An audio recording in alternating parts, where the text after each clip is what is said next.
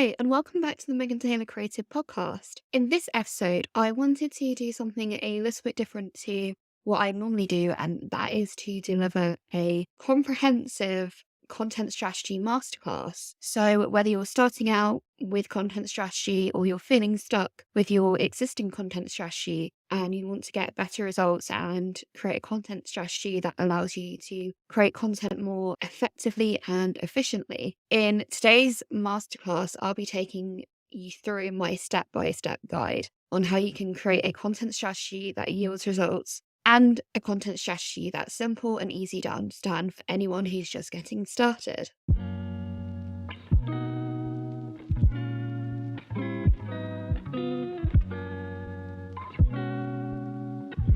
Before we get into today's video, I just wanted to share with you a brand new service that my content marketing agency, Megan Taylor Creative, has just released. And it's something that I think you're all going to love. And that's my Power Hour. And Power Hour is a 60-minute consultation service for small business owners who are fed up of feeling stuck with their content strategy and are ready to start creating a content strategy and subsequent content campaigns that truly makes an impact on business growth. And what I can tell you about Power Hour is that it's a pretty bespoke service. So what that means is that no two Power Hours are the same. Every client will have different problems that they want to solve. Because of that, I will address the Power Hours slightly differently. But what I can tell you is that no matter what you need, you will come away from Power Hour feeling re-energized and more motivated to create content and to create better content than you ever have before. And right now, we're actually offering a really good discount on our Power Hour and accountability combo sessions. So what they are is you get the original Power Hour, which is a 60-minute long consultation along with an action plan. So a content strategy action plan that gives you all the steps you need to take in order to create a content strategy that is actually aligned with your business goals and execute the campaign accordingly. And then with the accountability session, it's just a 60-minute session where you will sit down with me and we'll go through the progress that you've made with your action plan and then whether it's working or whether there's anything else that you need to do. And you'll also get a follow-up action plan as well to ensure that you're staying on track and just to ensure that you have motivation to keep going even after your original Power Hour, because I find that it's all well and good sitting down and doing something, but if you don't have external motivation to keep you going, it can be hard to actually stay motivated to want to do whatever it is that you set out to do. So that's why we created the accountability sessions as well, to give people their extra kick that they need to make sure that they're staying on track with their original action plan and to give them additional help as well. That whole bundle is worth normally £100, but up until April 15th, it will be 20% off for all new clients. And I will leave that link in the description box below. Simply put, content marketing refers to the use of content to raise awareness and build interest in your product or service without directly promoting that product or service. That's typically what content marketing is. It just refers to your business using content to help raise awareness, develop trust with consumers in the hopes that eventually they'll take interest in you and your brand and whatever offering it is that you have. So why is it so effective? Why is it one of the most successful types of digital marketing? Well, the short answer is value. And by publishing and distributing free or paid content that is highly targeted, and what I mean by that is that you're publishing content that is incredibly targeted to the needs of your target audience and what their interests and ideals and values are, over time, you'll start to prove to your prospects and your ideal customers that you know what you're talking about and that you can deliver the value that you say you can.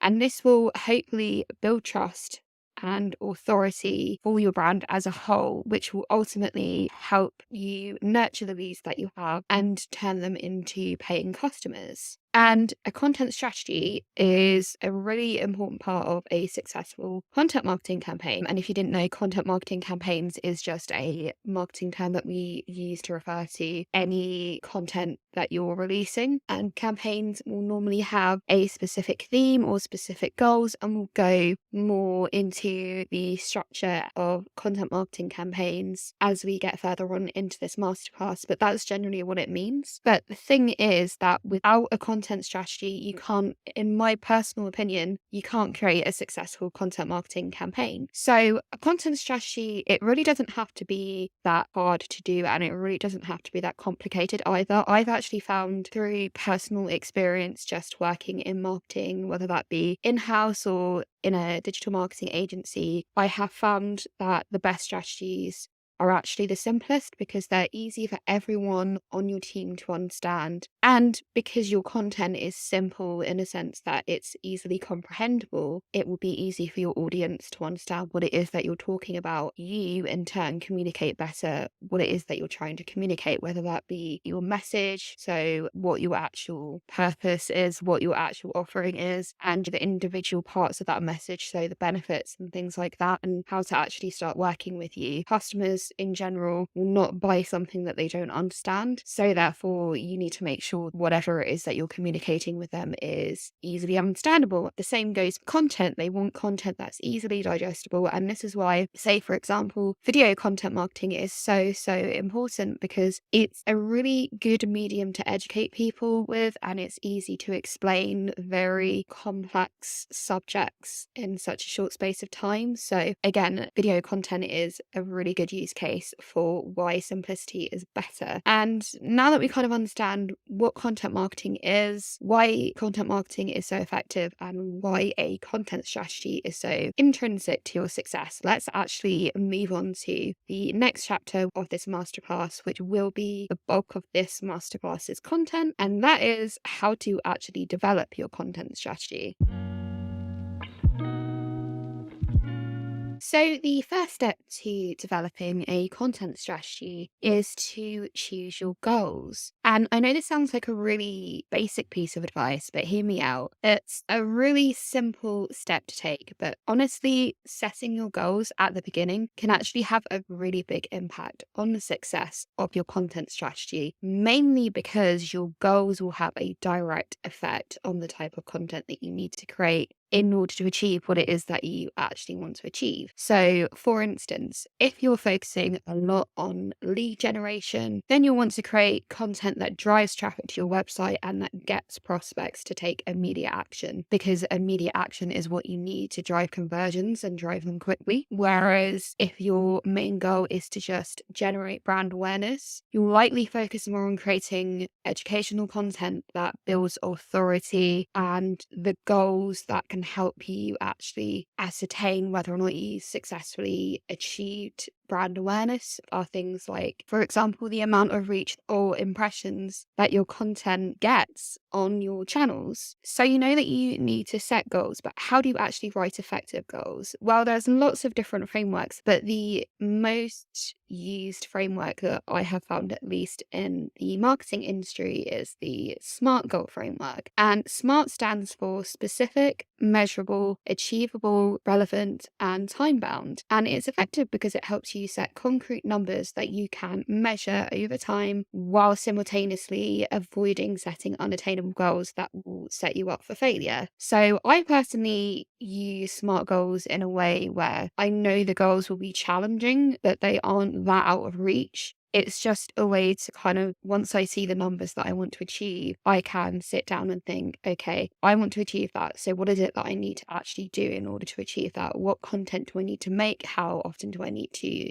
post content? You know, all of that kind of stuff that you need to figure out if you actually want to achieve your goals and use content marketing effectively. So that's how I use it. A good example of an actual SMART goal that I like to use is setting specific numbers to meet in terms of email marketing subscribers. Like, new email marketing subscribers that I get, the time period, so the time bound element of that goal will normally be by the end of the quarter, because I personally plan in quarters. That's just how I've always done things. It's how pretty much every marketing job that I've ever had, how we've always recorded and developed campaigns is in 3-month increments. And I personally find 3 months is enough time to actually reach more challenging goals anyway. So because I approach SMART goals from that perspective, it's more effective for me. But that said, if you're new to marketing, you may just want to focus on monthly goals, because you'll be focusing on much smaller goals, the sort of goals that you would expect someone who's new to marketing to focus on. So building a certain number of subscribers, or gaining a certain amount of reach on your posts, and building a mailing list. So how many people will actually subscribe to your mailing list? It might be a lot smaller than my particular goals. For example, I normally aim for about 50 new subscribers every month, and I also have the data to kind of prove that that's the frequency that I'm gaining new subscribers, but you might not have that data. So starting out a lot lower than that is actually really helpful, and then over time you can look at your data and think, okay, so I'm getting this amount typically on average, so what's a good amount I can reach that's higher, so I can push myself over that threshold. And it's just about finding the right balance, but the framework really does help you to push yourself without setting yourself up for failure as well. There's no point in saying, if you're completely new to social media, I want to grow my follower count from 0 to 1,000 in a month. I mean, it has happened, but personally I find that people that do it have either got a following on other platforms, or have developed a following elsewhere, or they're doing it in very questionable ways, which I would not recommend doing. I would recommend putting your all into the goals that you're wanting to achieve. You want to make sure that you're doing it in the most genuine way possible. So being realistic about setting goals and what you can actually achieve ensures that you're not stressing yourself out too much, but you are challenging yourself. So now that you've set your goals and you know what it is that you want to achieve from your content marketing efforts, it's time to actually do one of the shortest, but in my opinion, one of the most important steps, because it will play a role in subsequent steps later on. And that is to do a brain dump. So this is the start of the practical side of a content strategy. And the reason why it's so important to write down your ideas at the beginning of your content strategy developing session is because it helps you clear your mind of any ideas. And it's also useful to see your content in a list, because you'll start to see if there's any patterns or any recurring themes, and you may actually be able to start categorizing different content ideas, which again will play a role in steps later on. And finally, it's just good to kind of get everything out of your system. I find that if you've got all these ideas built up, it can be easy to kind of get lost with them, whereas just brain dumping them onto whatever software there is that you use, or pen and paper. Although I personally don't recommend capturing ideas on a pen and paper. I recommend capturing your ideas on a digital software, because it's a lot easier to be able to retrieve those ideas later on and to categorize them in a way that we'll be talking about later. I personally use Notion, which is a note-taking software, and it looks a little bit hard to use at first, but it really isn't. It's actually quite simple, and I've developed quite a few strategy templates over time. And on my resource library, my free resource library, I do actually have a strategy template which has an idea bank that I use whenever I want to record a new idea that I get. So I will leave that link down below so that you can get that template for free. The next step to developing an effective content marketing strategy is to identify your target audience. And if you've been running your business for a few months anyway, or you have a content strategy, you may have already identified your target audience. But I find that it's one of those things that is good to review every so often, because over time you'll get data that proves that maybe you were wrong about your assumptions of who your target audience was to begin with. And then over time you can refine your customer avatars or persona profiles, which are just fictional profiles of your ideal customers. And they're there specifically to help you whenever you're creating content and developing campaigns, to ensure that your content remains targeted and that you're appealing to their needs and their interests. And ultimately, identifying your target audience will have a real impact on the type of content that you're creating too. It's not just about your goals. At the end of the day, you're creating content for your target audience if you're creating content for your business. So you need to be very clear on that. Otherwise, you could be creating content that is completely inadequate and does not deliver the results that you're looking for because it's not appealing to your target audience the way that you thought it was. The next step, and this is actually one of my favorite steps that I love to go through with clients, and that is to choose content pillars. And content pillars are essentially your chosen topics that you will be focusing on, and they're important for several reasons. The first is SEO. So if SEO is one of your main digital channels, and it should be if you're also focusing on content and specifically web content, then having specified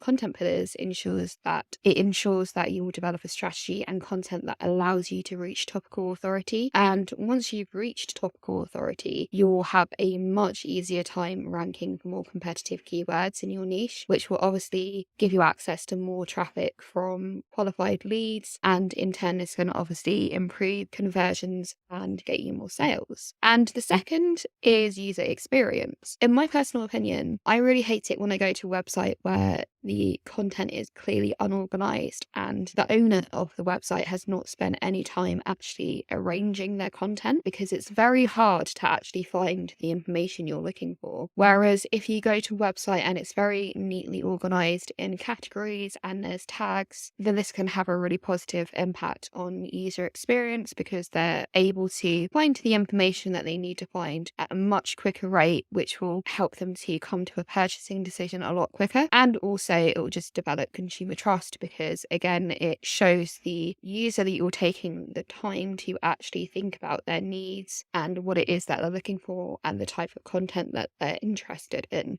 So you know that you need content pillars, but how do you actually choose content pillars? And content pillars, it entirely depends on the business and, again, your target audience. I recommend as a first step is to look at the initial ideas that you came up with in your brain dump and see if there's any clear ways that you can categorize the initial ideas that you wrote down, or if there's any clear themes. They might serve as a really good content pillar. But if there's not, then one thing that you might want to do is think about what it is that your target audience really wants to learn about. What are the fundamental topics in your industry, and go from there. Write them down and then continue to write down more ideas, because the bigger a content pillar is in terms of the depth, the better it's going to be to actually make that content and focus on that content pillar. I find that small content pillars are great because it doesn't take as long to reach topical authority, but then also it means that you're not going to have a consistent amount of content to cover. So although content marketing may seem, and content strategy in particular, may seem like a pretty small topic, it's actually not. There's a lot of things in content strategy. There's a lot of angles and just a lot of topics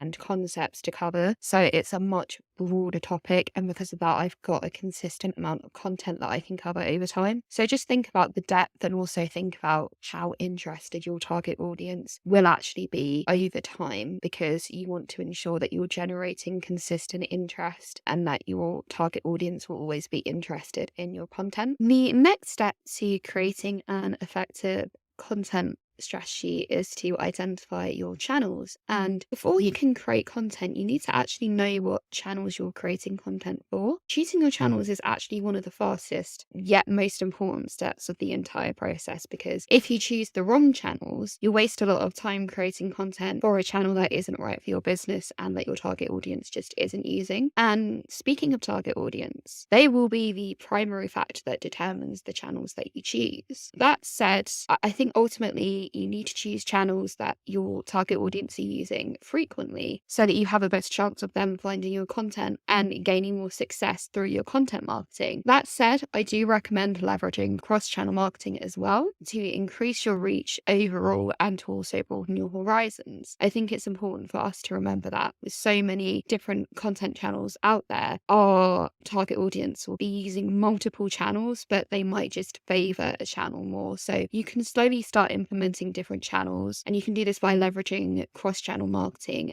and repurposing content and just making your life a little bit easier so you can still improve your reach and increase your reach over different channels without burning yourself out. And I've already done a podcast episode on how to plan a cross-channel marketing campaign, so I will leave that also in the description box below. Another quick but important step to developing an effective content strategy is to choose the frequency. Frequency is essentially the amount that you actually want to be posting content, and it's important for a number of reasons. The first is that it helps you manage how much content you need to create over time, and it also sets audience expectations. How much content you decide to post, it depends again on your target audience, but also it depends on your goals and the channels that you're using. It doesn't really need to be very complicated. You just need to think about realistically how much content you can post, how much content your target audience is expecting, what the different platforms that you will be using expect from you, and go from there. And as a bonus tip, you may also want to look at your competitors as well to see how much they're posting and whether or not they're seeing success when posting more, because if it is that way, then you may want to consider posting at a higher frequency. The last step to creating an effective content strategy is to plan and design a content calendar. And this is perhaps one of the most important steps of your content strategy overall, because it's what's going to really solidify your content strategy and bring it out in the open. And it's what your team are going to use if you have a team to actually understand what your content strategy is and how to create content moving forward. The most important piece of advice that I can give you when it comes to creating a content calendar is to make it functional. I've seen so many unnecessarily complicated content calendars that are absolutely unreadable and that have like stupidly pointless bits of information in there. And all this does is cause confusion, and it means that your team, or you, if you're just doing content by yourself, if you're the sole content marketer in your company, it just means that you're spending way more time going through your content strategy than you need to be. I always say that you need to spend more time actually creating content than creating the strategy. And this is actually, for example, a really big red flag when it comes to working with clients. So if I notice that a client keeps coming back to the strategy, that's a big red flag for me, because that shows that they're really indecisive, they don't know what they want, and it's just going to be really difficult to work with them because they'll keep changing their ideas. And it also means that they have no respect for my personal input and my take on a strategy as well. So therefore the working relationship just won't go very well. And I've had this not too often. Luckily, I've had generally very good clients since I started Megan Taylor Creative, but there have been a few clients like that who keep going back to the strategy and it just wastes time. And then they get angry because projects get delayed because they keep going back to the strategy. And actually, they are the reason why the projects are getting delayed and why no content is being made, because they haven't signed off the strategy. So just bear that in mind when you're sitting down and creating a calendar. It needs to be simple, it needs to be functional, and it needs to be clear. I've actually created a content calendar template that you can use that has all the important design elements that I personally think are important to have in a content calendar if you want to be able to clearly comprehend what's going on. So obviously you'll want things like the title. I like to have the publication date as well. I also like to have the channel that it will be published on, so the distribution channel. If it's SEO, I like to have keywords. I also like to have a progress bar, so whether it's not started, whether it's in progress, or whether it's published. And if it is published, I also like to have a live link to that piece of content. And finally, I also like to have a link. I also like to have a note about what customer that piece of content is trying to appeal to, just so I can get my mindset right and get myself in the shoes of that customer when I am actually making the content. And like I said, I will include that free template down below so that you don't have to actually create this yourself. So you can just take this information that I've given you throughout this masterclass and actually sit down and develop a really well thought out content calendar. So yeah, that was it. That was everything I have in this episode and in this masterclass. I really hope that you found the information that I gave you really valuable, and that will help you to create a content strategy that delivers really good results for your business moving forward. Obviously, there's a lot of information that I've just offloaded onto you in this episode, so I will try and break down this episode as clearly as I possibly can in the description, and I'll link any helpful resources that I already have over over at Megan Taylor Creative, like the content calendar template that you can use so that you can follow this episode and create a content strategy that you love and that will help you actually build your business. And as I mentioned at the beginning of this episode, I will also leave the link to power hours so that you can book your slots. And just remember that the 20% discount for the power hour and accountability sessions, that discount will be going away on the 15th of April 2023. So make sure to take advantage while you still can. As £100 value that you'll get at a discounted rate. So yeah, and as always, thank you so much for watching this episode. If you did like it, please like this video and follow us on YouTube so you can be made aware of any new content. And as always, I will speak to you next week. Thank you so much for listening. Bye.